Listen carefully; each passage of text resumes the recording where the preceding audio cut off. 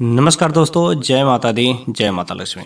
सबसे पहले मैं अपने सभी प्रिय दर्शकों को धन्यवाद देता हूं कि जो आप लोग मेरे साथ इतने लंबे समय से जुड़े हुए हैं।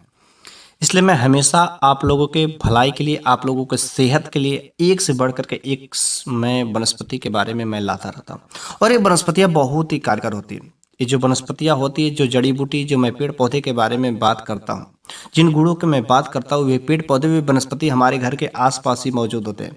मैं कोई हवाई बात नहीं करता, ये साक्षात प्रूफ है। और ये जो जड़ी बूटियां है ना, आयुर्वेदों में, ज्योतिषों में इसके कई सारे उल्लेख मिलते हैं। वैसे जो भी पेड़ पौधे होते हैं, इसके तांत्रिक उपाय और आयुर्वेदिक उपाय दोनों तरीके से होते हैं। लेकिन मैं इस वीडियो में आप लोगों को कोई तांत्रिक उपाय नहीं बताने वाला हूँ। ये जो स्क्रीन पर आपको पौधा दिखाई दे रहा है, जो वनस्पति दिखाई दे रहे हैं, इसका बहुत ही जबरदस्त जो है आयुर्वेदिक औषधि गुण है। शायद आपके घर पर भी जरूर होगा। आपके घर पर नहीं होगा तो आपके घर के बगल में कोई कॉलोनी होगा या कहीं। जनरली ये तो डेकोरेशन के तौर पर भी कुछ लोग अपने बाग बगीचे में लगाते ही रहते हैं। और ये बहुत ही सिंपल सा सरल पौधा है।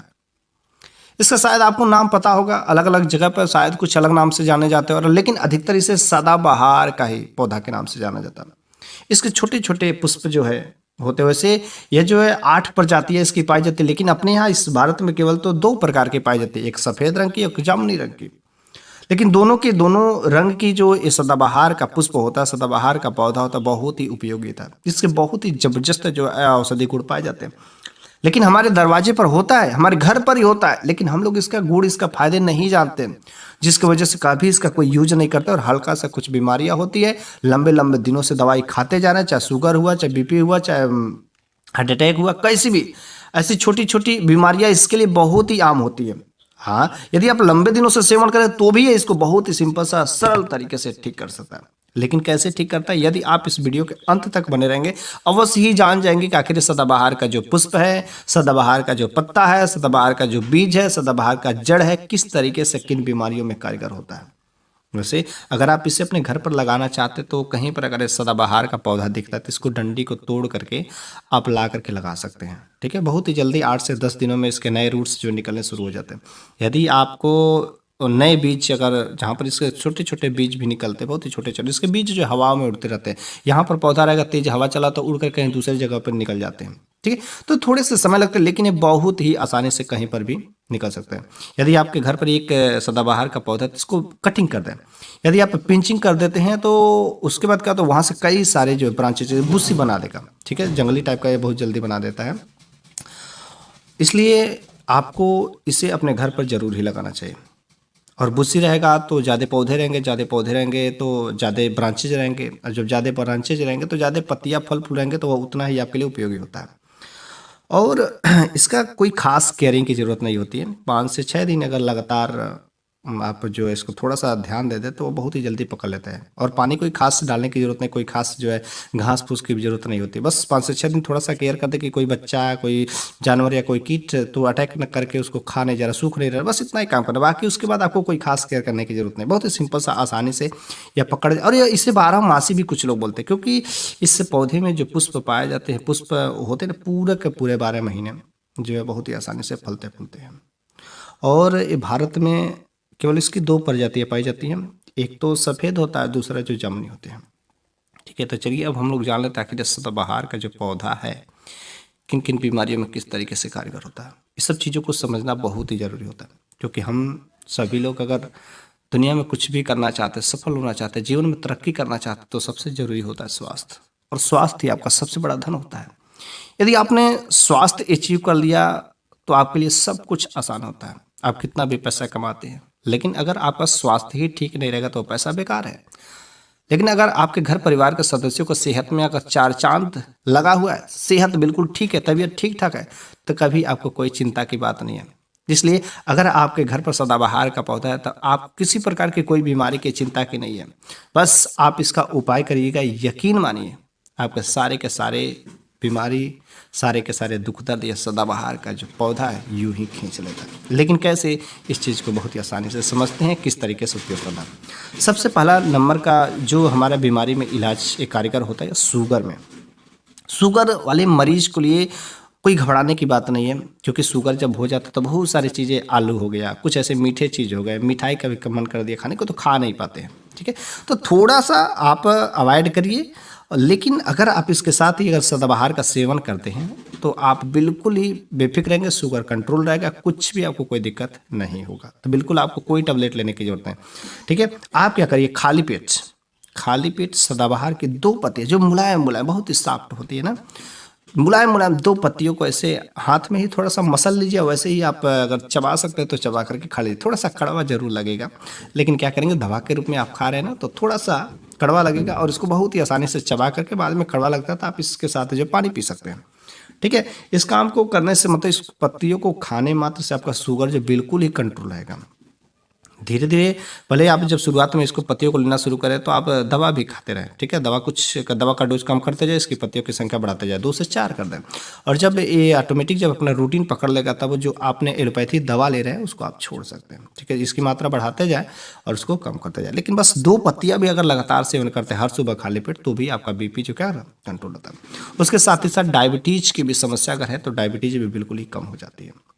यदि आप इसके पत्तों को नहीं खा पाते हैं, ज़्यादा कड़वा लगता है, तो आप क्या करें, इसको थोड़ा सा ज़्यादा पत्तियाँ ले लें, 3-4 पत्ती ले लें, 3-4 पत्ती को पीस करके उसका रस निकाल लें और उसके रस को जो रोज सुबह आधा चम्मच, ज़्यादा नहीं, आधा चम्मच आपको पी लेना। यदि ज़्यादा लेते हैं तो नुकसान शायद कर सकता है, लेकिन अगर एक लिमिट मात्रा में लेते हैं, आधा चम्मच ही बस लेते हैं, तो भी यह शुगर, डायबिटीज, ब्लड प्रेशर को बिल्कुल ही कंट्रोल रखता है और बिल्कुल आप बेफिक्र अपना काम करते रहिए, टेंशन लेने की जरूरत नहीं है। इतना ज़बरदस्त ये हार्दिक उपाय है। दूसरा नंबर का जो यह इलाज है, कैंसर जैसी घातक बीमारी को भी यह मात दे सकता है। लेकिन कैंसर की शुरुआत स्टेज रहता है, तो स्टार्टिंग स्टेज में अभी पता चला कि हाँ कैंसर की समस्या, तो उसी समय अगर आप इसको विधिवत सही तरीके से इस्तेमाल करते हैं तो कैंसर के जो सेल्स एक्टिवेट होते रहते हैं ना, जो सेल्स जो है बनने ही नहीं देता है। अगर एक सेल्स को क्या करना, डीएक्टिवेट भी कर, लेकिन अगर सेल्स ज़्यादा बन गए हैं कैंसर वाले सेल, तब तो मुश्किल होता है। शुरुआती अगर स्टेज में अगर इसका सेवन करते हैं तो जरूरी आपको बढ़ने तो नहीं देगा, साथ ही साथ उसको क्या कर देगा, खत्म भी कर सकता है। थोड़े से लंबे दिनों तक सेवन करना पड़ेगा। कैसे करना है, बस आपको 2 पत्ते खाली पेट, 2 से 3 पत्ते आप सेवन कर लीजिएगा। 2 से 3 पत्ते यदि आप सुबह खाली पेट सेवन करते हैं तो कैंसर के जो सेल रहते हैं उसको भी क्या करता है, निष्क्रिय कर देता है।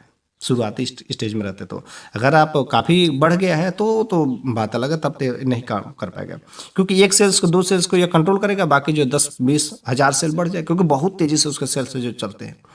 इसलिए आप शुरुआती स्टेज में इसको विधिवत आप इसका उपयोग करना शुरू कर दें, ठीक है। साथ ही साथ यह जो है बाल झड़ने की भी समस्या को कम करता है। कैसे बाल झड़ने वाले को क्या करना है, इसका जो पत्तों को लेना है, पीस करके इसका रस निकालना है, और जो इसका रस को निकाल करके जो हमारे बालों में स्कल्प है वहाँ पर उसको साइड कर करके बाल को पूरा हमारे जड़ तक जो है वहाँ पर इसको लगाना है। बाल झड़ने की समस्या का थोड़े से आप जो है सप्ताह में 1-2 बार कम से कम आप लगाते हैं, ठीक है, तो आपको कुछ ही दिनों में इसका रिजल्ट आपको दिख जाएगा। यहाँ तक कि ऐसा भी रिजल्ट मिला है कि अगर बाल बिल्कुल झड़ गए, गंजापन हो गए, तो वहाँ पर भी थोड़े से लंबे दिनों तक लगाने से वहाँ पर भी बाल उग गए। लेकिन बाल झड़ने में तो बहुत ही कारगर काम करता है, ठीक है। साथ ही साथ अगर इसका जो रस होता है, अगर आपके शरीर पर कहीं घाव लगे, पुराने घाव है, ठीक है, तो उस पर भी आप लगाते हैं तो क्या होता है, ये घाव को भर देता है और घाव को ठीक कर देता है। यदि आपके चेहरे पर फोड़े निकल गए, फुंसी निकल गए, मुहासे निकल, कुछ मुहासे अभी हाल ही में निकल गए, दबने का नाम लेते हैं, जिसकी वजह से आपके चेहरे पर दागियाँ बन गई, भद्देदार लग रहे हैं।